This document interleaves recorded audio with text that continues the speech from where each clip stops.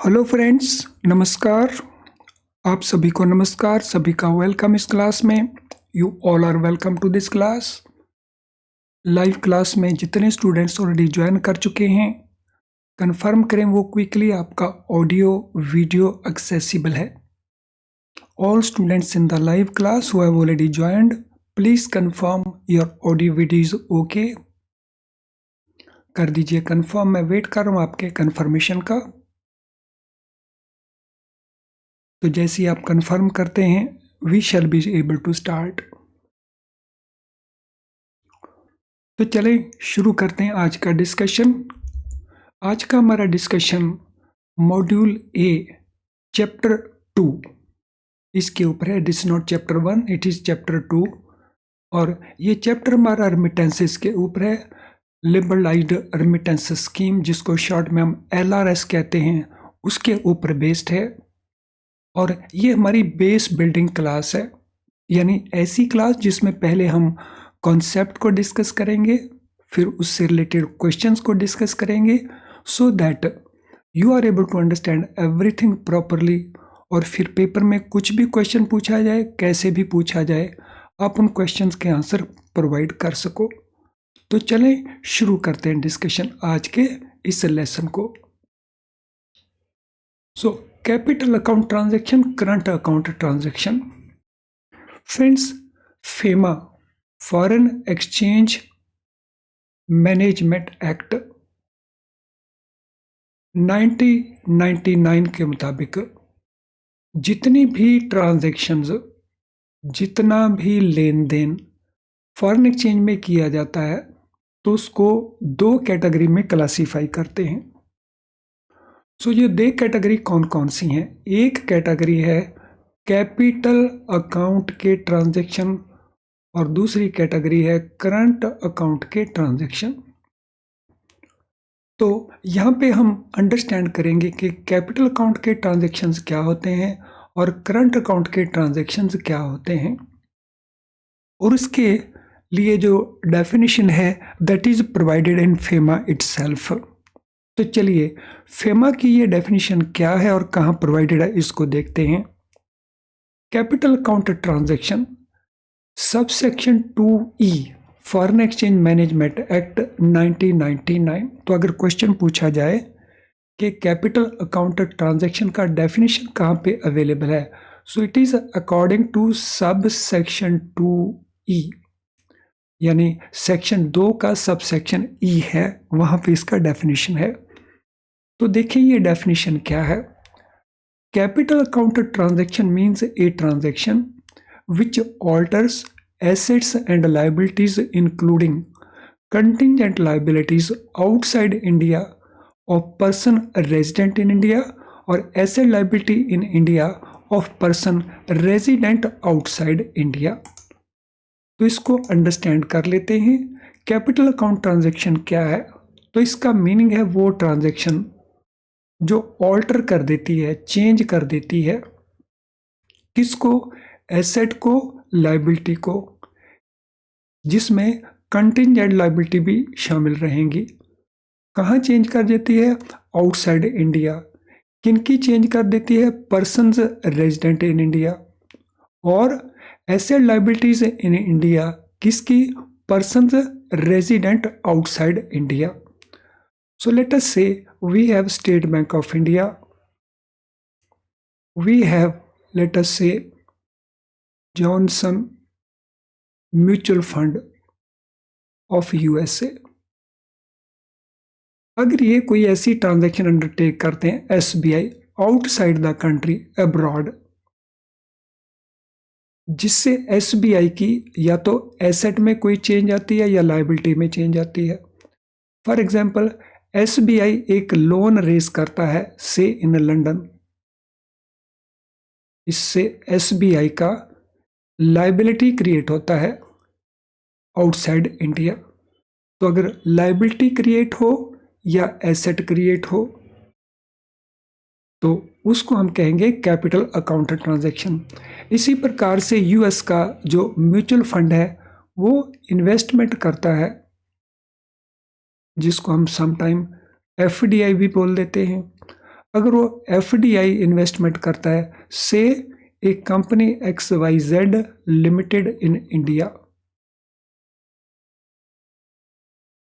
तो ये ट्रांजैक्शन भी कैपिटल अकाउंट ट्रांजैक्शन बन गया। यानी अगर कोई विदेशी कंपनी है, उसकी एसेट लायबिलिटी इंडिया में चेंज होती है, या कोई देसी कंपनी है, उसकी एसेट लायबिलिटी आउटसाइड इंडिया जिसमें कंटिंजेंट लायबिलिटी भी शामिल है, चेंज होती है, तो उन ट्रांजैक्शंस को हम कहेंगे कैपिटल अकाउंट की ट्रांजैक्शंस। अब इसकी एग्जाम्पल और नोट कर लेते हैं। A resident individual by investing abroad in equity of overseas company, अगर कोई रेजिडेंट इंडिविजुअल है, इंडिया में है, लेट अस से Z है, वो इन्वेस्टमेंट कर देता है सिक्योरिटीज में, इक्विटी में, कहाँ, किसी ओवरसीज कंपनी, और उसके बदले में उसको शेयर्स मिल जाते हैं, तो इससे उसका एसेट क्रिएट हो जाता है outside India. Outside India asset create हुआ, तो this mean it is a capital account transaction. A resident individual by investing in property abroad, similarly अगर कोई रेजिडेंट इंडिविजुअल प्रॉपर्टी में इन्वेस्टमेंट करता है आउटसाइड द कंट्री, तो वो ओनर बन जाएगा उस प्रॉपर्टी का जो आउटसाइड इंडिया, तो यहाँ पे भी एक एसेट क्रिएट हो गया, तो दोनों ही सिचुएशन में एसेट क्रिएट हो गए, तो this also is capital account transaction. तो आई एम श्योर हमको अच्छे से क्लियर हो चुका होगा कि कैपिटल अकाउंट ट्रांजैक्शन क्या होती हैं। अगर ऐसा है तो थोड़ा सा फीडबैक दे दीजिए मुझे कमेंट बॉक्स में टाइप करके, that you have been able to understand capital account transaction, capital account transaction fully understood. इस प्रकार का एक कमेंट दे दीजिए कमेंट बॉक्स में, तो एक फीडबैक हो जाएगा that you have been able to understand everything properly.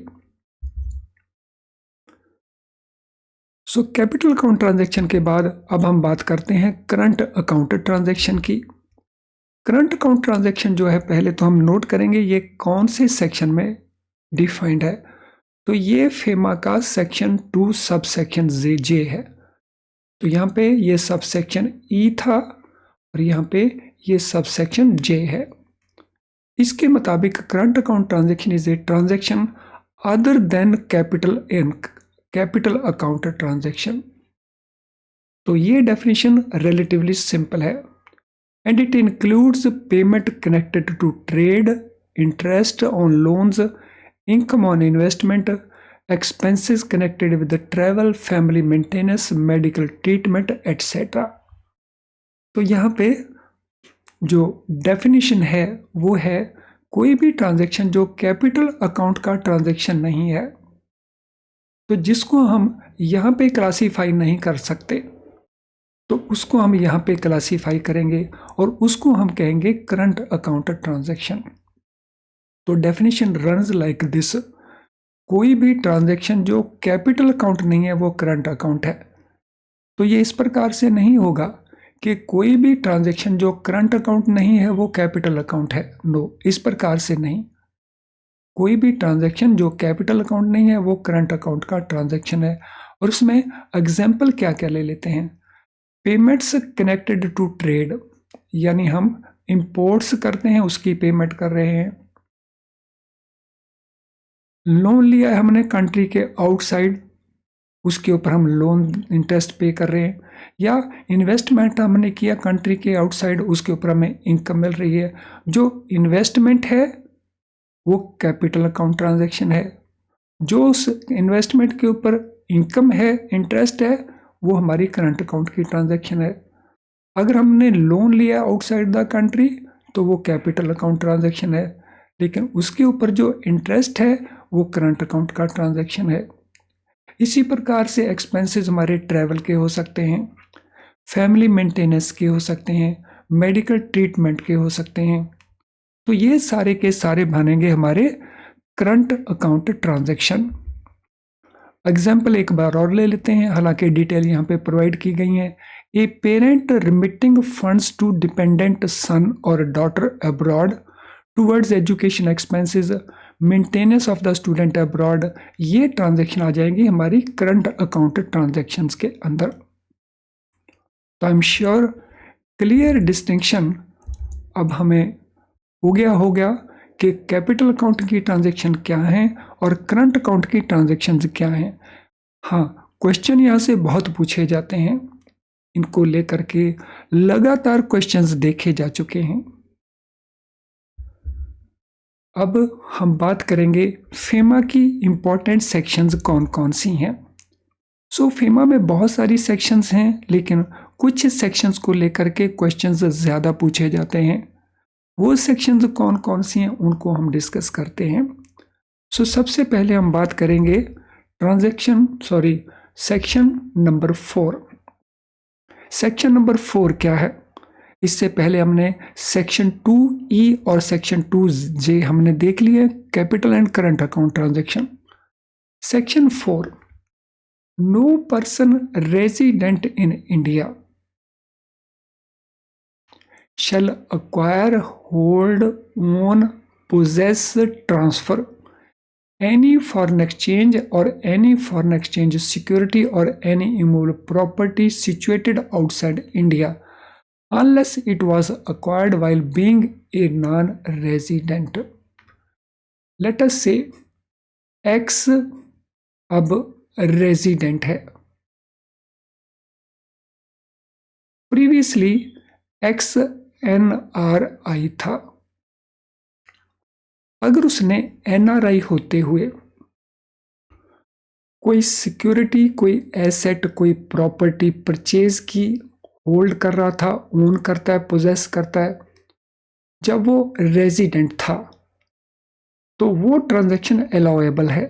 लेकिन अगर एक्स NRI ना होता, वो केवल रेजिडेंट होता, तो उस केस में ना तो परचेज कर सकता है कोई सिक्योरिटी, यानी हम लोग हैं, we can not purchase, we can not hold, we can not own, we can not possess, we can not transfer any foreign exchange or any foreign security or immovable property जो outside India situated है।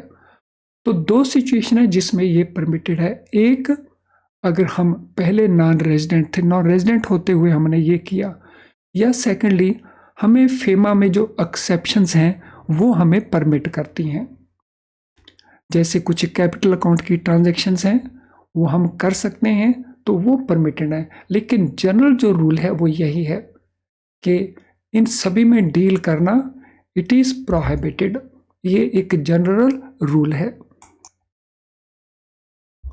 और इस general rule के अंदर कुछ transaction जो हैं वो एग्जेम्पशंस हैं या एक्सेप्शंस हैं which are allowed by Reserve Bank of India.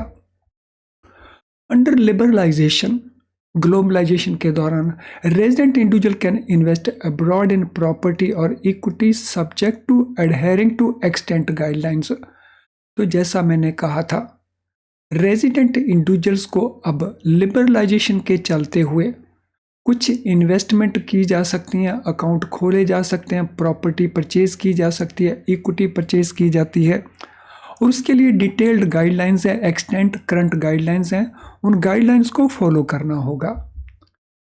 तो ये था section 4, prohibition holding all these. अब हम बात करते हैं सेक्शन 6, एनी पर्सन में सेल और draw foreign exchange to or from authorized person for a capital account transaction, that is any class or classes of capital account transactions which are permissible and the limits up to which such transactions are permissible according to extant guidelines under the act। तो ये sub section या section क्या कहता है? कोई भी person यानी resident person cell कर सकता है, ड्रॉ कर सकता है फॉरेन एक्सचेंज को, या सेल या ड्रॉ करेगा किसके साथ? ऑथोराइज्ड पर्सन से। और ऑथोराइज्ड पर्सन कौन है? या तो वो हैं ऑथोराइज्ड डीलर्स, या वो हैं फुल फ्लेज्ड मनी चेंजर्स। यानी एक्स एंड वाई आपस में फॉरेन एक्सचेंज को सेल परचेज नहीं कर सकते। तो एक्स वाई को, वाई एक्स को फॉरेन करेंसी सेल परचेज नहीं कर सकता। एक्स को अगर फॉरेन करेंसी चाहिए, वाई को अगर फॉरेन करेंसी बेचना है, तो वो किन के पास जाएंगे? ऑथोराइज्ड पर्सन के साथ, यानी या तो एडी के पास जाएंगे या एफएफएमसी के पास जाएंगे। जो भी परमिटेड ट्रांजैक्शंस हैं इनको, वो ट्रांजैक्शन केवल इनके साथ हो सकती हैं। सो किसी भी तरह की कैपिटल अकाउंट की ट्रांजैक्शन हो या इवन करंट अकाउंट की ट्रांजैक्शंस हो जो परमिटेड हों, उनकी लिमिट्स सेटअप की जाती हैं। तो within those limits, so this can be done with AD or FFMCs only. तो ये रिस्ट्रिक्शन है only to deal with authorised persons for foreign exchange transactions. अब हम बात करते हैं सेक्शन 10C की। So what is section 10C? Section 10(6). Any person other than AP, authorised person को छोड़ दीजिए, any person who has acquired or purchased foreign exchange does not use it for such purpose or does not surrender it to authorized person within the specified period if such person exchange is not used or uses the foreign exchange so acquired or purchased for any other purpose not permissible under provisions of act shall be deemed to have committed a contravention of the provisions of the act। authorized person को छोड़ दें, अगर कोई भी person India में foreign exchange को acquire करता है, परचेज करता है, या जो उसने परचेज की है वो किसी और पर्पस के लिए यूज करता है, उस पर्पस के लिए यूज नहीं करता जिस पर्पस के लिए उसको परचेज किया गया है, या वो परचेज उसके पास बच गई है, उसको वो सरेंडर नहीं करता है टू द ऑथोराइज्ड पर्सन, और वो भी स्पेसिफाइड पीरियड के दौरान, तो माना जाएगा कि उस पर्सन ने कॉन्ट्रावीन किया है फेमा को, यानी फेमा के प्रोविजन जो हैं उनका उल्लंघन किया है। सो एक्स ने फॉरेन करेंसी परचेज की फॉर ट्रैवल अब्रॉड। अब एक्स इसको यूज नहीं करता है, ना ही ट्रैवल करता है, यूज कर लेता है किसी और पर्पस के लिए, और अगर बच गई तो उसको वो सरेंडर नहीं करता है। इन सभी सिचुएशन में ये माना जाएगा कि एक्स ने फेमा के जो प्रोविजंस हैं उनका उल्लंघन किया, उनको कॉन्ट्रावेन किया, और कॉन्ट्रावेंशन के लिए देयर इज पनिशमेंट। तो सेक्शन 10(6) क्या कहता है? स्पेसिफाई करता है कि अगर कोई पर्सन इंडियन रेजिडेंट परचेज करता है फॉरेन एक्सचेंज को, उसको किसी डिफरेंट पर्पस के लिए यूज करता है, या उसको ऑन टाइम सरेंडर नहीं करता, तो माना जाएगा कि उसने कॉन्ट्रावेंशन किया है फेमा का, उल्लंघन किया है फेमा का। Now, Section 11. To secure compliance of provisions of this Act, that is FEMA, RBI may give to authorized person any direction with regard to making payments or desist from doing any action relating to foreign exchange or foreign security with regard to furnish such information in such manner as it deems appropriate with regard to failure to furnish such information or filing any return, impose a penalty which may extend up to ₹10,000 and in case of continuing contravention with additional penalty which may extend to ₹2,000 every day। Act की compliance को ensure करने के लिए reserve bank of India को powers दी गई हैं कि reserve bank of India किसी भी अथॉराइज्ड पर्सन को डायरेक्शन इशू कर सकता है कि अगर अथॉराइज्ड पर्सन कोई पेमेंट करता है या अथॉराइज्ड पर्सन को कहा गया है कि वो कोई एक्शन नहीं करेगा, डिजिस्ट करेगा for doing some action relating to foreign exchange या फॉरेन सिक्योरिटी, या अथॉराइज्ड पर्सन कोई इन्फॉर्मेशन प्रोवाइड करेगा, वो भी उस प्रकार से उस मैनर में जैसे उसको बोला गया है, और अगर वो इन्फॉर्मेशन फर्निश नहीं करता या वो रिटर्न फाइल नहीं करता, तो रिजर्व बैंक ऑफ इंडिया क्या कर सकता है? Reserve bank of India penalty impose कर सकता है। पेनल्टी कितनी हो सकती है? ₹10,000 का, और अगर वो उल्लंघन कंटिन्यू रहता है तो फिर पर डे ₹2,000 का penalty reserve bank of India impose कर सकता है। तो ये पेनल्टी किन के ऊपर इम्पोज होगी? अथोराइज्ड पर्सन्स को, अगर वो इंफॉर्मेशन सबमिट नहीं करते जो आरबीआई ने मांगी है, या वो रिटर्न सबमिट नहीं करते जो रिजर्व बैंक ऑफ इंडिया ने मांगी है। तो ये है सेक्शन नंबर 11।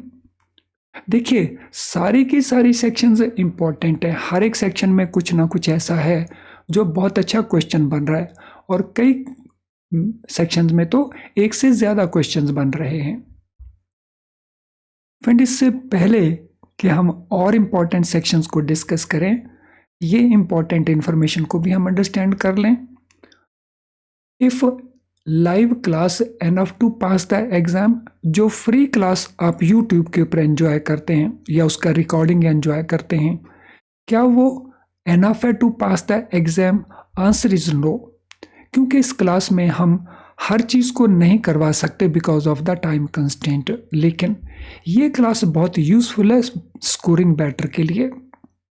अगर आप पेपर में फेल हो जाते हैं 43 लेकर के, 46 लेकर के, 47 लेकर के, और इस क्लास को आप ज्वाइन करते हैं लगातार, तो फिर आप पास हो सकते हैं, ऐसा पॉसिबिलिटी बनती है, क्योंकि ये स्कोर को बेटर करती है। आपके 43 को ये 47 बना सकती है, आपके 47 को ये 51 बना सकती है, लेकिन जो बेसिक 43 हैं वो आपको लेके आने पड़ेंगे, और उसके लिए आपको चाहिए फुल सिलेबस को कवर करना। तो जब आप फुल सिलेबस को कवर करते हैं, फिर आपके पास होने की पॉसिबिलिटीज बेटर बनती हैं। सिलेबस को कवर करने के लिए अगर आप IIBF बुक्स को यूज करते हैं तो उनमें कुछ इश्यूज हैं। इश्यू क्या है? Difficult to understand. इन बुक्स में जो कुछ लिखा है, जैसे लिखा है, उसको अंडरस्टैंड करने में आपको डिफिकल्टी लगती है, और आप बार बार उसको पढ़ते हैं, याद करते हैं, फिर भूल जाते हैं। इसके चलते lot of time you have to spend, और टाइम आपके पास ऑलरेडी बहुत कम है। इसमें प्रैक्टिस क्वेश्चन आपको मिलेंगे, लेकिन प्रैक्टिस क्वेश्चन आपको थोड़े मिलेंगे, इतने नहीं मिलेंगे कि आपकी अच्छी प्रैक्टिस हो जाए। और केस स्टडी तो ऑलमोस्ट ना के बराबर मिलेंगी आपको। और अगर आप ये सारा कुछ नहीं करते हैं तो फिर पास होने की पॉसिबिलिटी रह जाती हैं बहुत कम, आप पूरे सिलेबस को ही नहीं कवर कर पाते। इसका सॉल्यूशन क्या है? इसका सॉल्यूशन है हमारे best quality very low priced video lessons. Price हमने ज़रूर कम रखी है, लेकिन क्वालिटी को हमने कॉम्प्रोमाइज़ नहीं किया है। लो प्राइस में भी हम बेस्ट क्वालिटी प्रोवाइड करते हैं।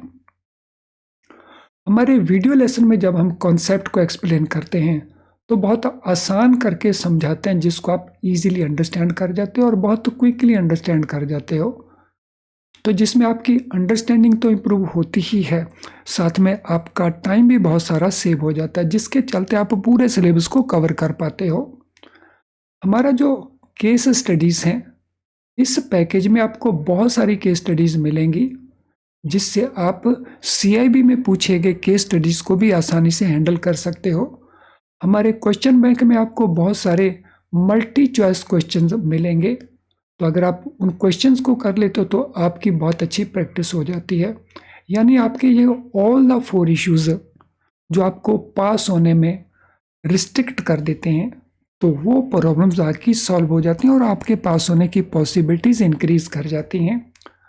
अब ये अवेलेबल कहाँ है? तो अवेलेबल है हमारी ऐप के थ्रू, अवेलेबल है हमारी वेबसाइट के थ्रू। तो हमारी वेबसाइट को इमीडिएटली लॉगिन कर लीजिए, उसके कोर्स पेज में जाइए, वहाँ पे आपको पता चल जाएगा कि क्या क्या फैसिलिटीज़ अवेलेबल हैं। तो इस सेशन के तुरंत बाद कम से कम एक बार वेबसाइट को ज़रूर लॉगिन कर लेना, ताकि आपको वहाँ की डिटेल्स जो हैं वो पता चल सकें। तो चलते हैं अब हम अगले पार्ट के ऊपर। तो हम सेक्शन 11 को कर रहे थे। सेक्शन 11 के बारे में ही यहाँ पे लिखा हुआ है, इन ए nutshell, this section is about how foreign exchange business has to be conducted by authorized person and powers of Reserve Bank of India to penalize APs in case of any breach or any procedure। तो section 11 broadly क्या कहता है कि जो authorised person हैं उनको foreign exchange business कैसे conduct करना है, और रिजर्व बैंक ऑफ इंडिया की पावर्स क्या है पेनल्टीज इंपोज करने की। अब लास्ट हमारा सेक्शन जो इंपॉर्टेंट है, that is section number 13। Any person contravenes any of the provisions of the act or contravention of the any rule, regulation or notification. तो यहाँ पे हम केवल अथोराइज्ड पर्सन की बात नहीं कर रहे, यहाँ पे हम एनी पर्सन की बात कर रहे हैं। तो इस एनी पर्सन के बी से एक्स, दिस एनी पर्सन में B ABC limited, this any person में बी से स्टेट बैंक ऑफ इंडिया। तो अगर कोई भी पर्सन कॉन्ट्रावीन करता है इस एक्ट के प्रोविजंस की या इसके अंदर जो रूल हैं, रेगुलेशंस या नोटिफिकेशन है उनकी, तो उसके बारे में फैसला किया जाएगा, एडजुडिकेट किया जाएगा। अगर उसको माना गया कि वो दोषी है तो उसको पेनल्टी पे करनी पड़ेगी। कितनी पेनल्टी पे करनी पड़ेगी? Thrice the amount involve. तो अगर उस कॉन्ट्रावेंशन के अंदर 4 लाख रुपीस का अमाउंट इन्वॉल्व है तो पेनल्टी कितनी बन जाएगी? 12 लाख की पेनल्टी बन जाएगी। Involve in such contravention where amount is quantifiable. तो जहां अमाउंट क्वान्टिफाइएबल है, अगर 4 लाख का कॉन्ट्रावेंशन है तो अमाउंट क्वान्टिफाइएबल है, तो वहां पे 3 टाइम्स। और अगर अमाउंट क्वान्टिफाइबल नहीं है तो फिर पेनल्टी रहेगी अप टू ₹2 लाख। तो वेयर कॉन्ट्रावेंशन इज नॉट क्वान्टिफाइएबल। और अगर उस कॉन्ट्रावेंशन को कंटिन्यू किया जाता है तो फर्दर पेनल्टी लगेगी ₹5,000 per day. So during first day during period of such contravention for every day after first day. तो फर्स्ट डे की पेनल्टी तो हम नोट कर चुके हैं, it can go up to ₹2 lakh और up to thrice the amount. लेकिन subsequently ₹5,000 की पेनल्टी लगेगी for every day of that contravention period.